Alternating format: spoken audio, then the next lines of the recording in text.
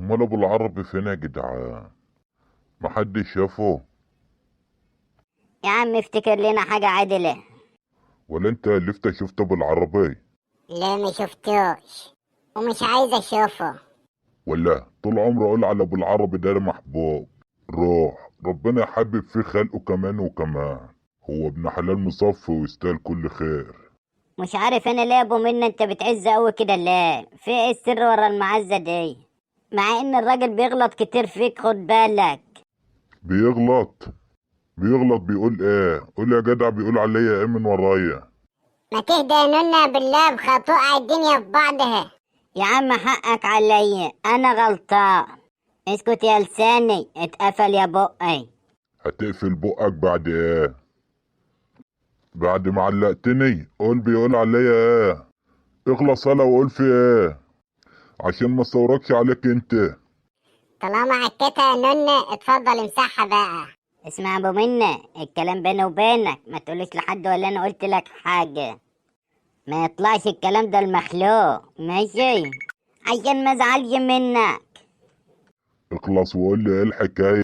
ابو العربي بيغير منك يا ابو منى، وبياخد منك اللقطة على طول، وبيشكك في قدراتك، مع انك يعني من سنه، ولو منك ارنه. ولا ايه لفت؟ ما تركب كده معايا على الحوار وتقول على كل حاجة، ولا تفضل ساكت؟ بصراحة انا شايف ابو منة لو اتكرع في وشه هيموته. من الاخر ابو منة ده مفيش منه. لا بس بقولك انا عارف ان ابو منة محترم ورجولة، واللي وما خلقك بيحبش ما يقل جاب ورا غير ادبه. التقدير. بس انت تقرص عليه ابو منة شوية وخلاص. انا بس براعي ظروفه وبكبر دماغي منه، بس انا عايز اعرف برضه هو غلط في ايه وقال ايه. ما خلاص بقى يا ابو منة، انا اديتك حتة من على طرف المعلقة كده، مش هينفع اغوط في الكلام اكتر من كده، اصل الموضوع فيه اعراض وموضوع كبير. اهدى يا نونا، النار علت على الحلة وكده الموضوع هيفوق. بقولك ايه يالا انت وهو، انت شكلك انتوا الاتنين علب باكنوا بتوقعونا في بالعربي.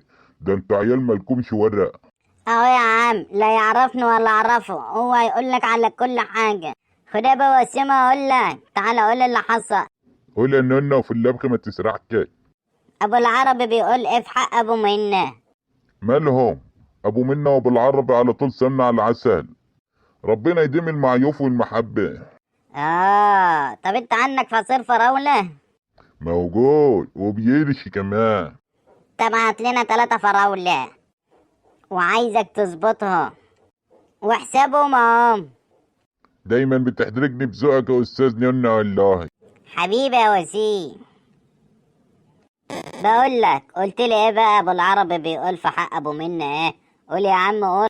بقول يا عم ان الطنبيل قطع بنت وما خد بقاش بالك يا ابو يمكن الا منة، بالذات. الكلام هنا مش على القطنبيه، الربع نقل بتاعك. ايوه علي الفولتا لفت. خلي كلامك واضح يا ابو وسيم، انا مانيش فاهم انت بتتكلم عن ايه.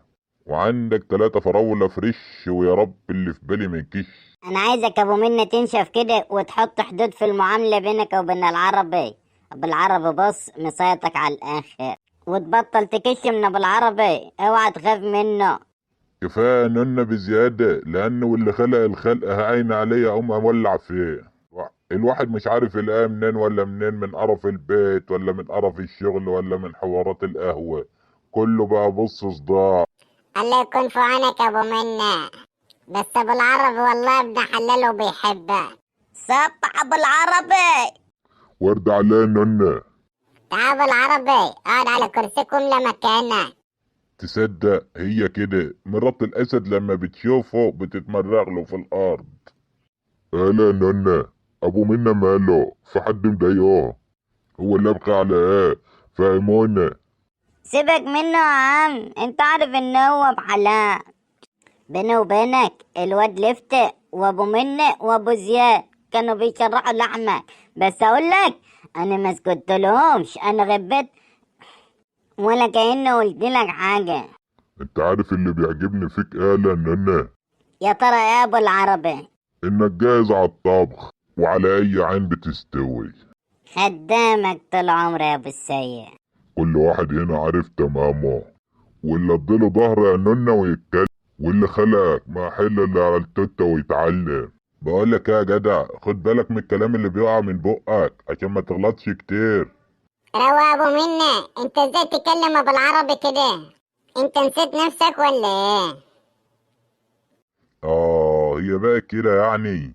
جيب لي شوية قهوة ابو زياد ويكونوا مظبوطين، احسن صدعونا على الصبح وانا بص مدروق خلقة من غير ما تقولها بالعربي يا كبرنا. وعندك قهوة مظبوط للي مصيطنا كالعادة.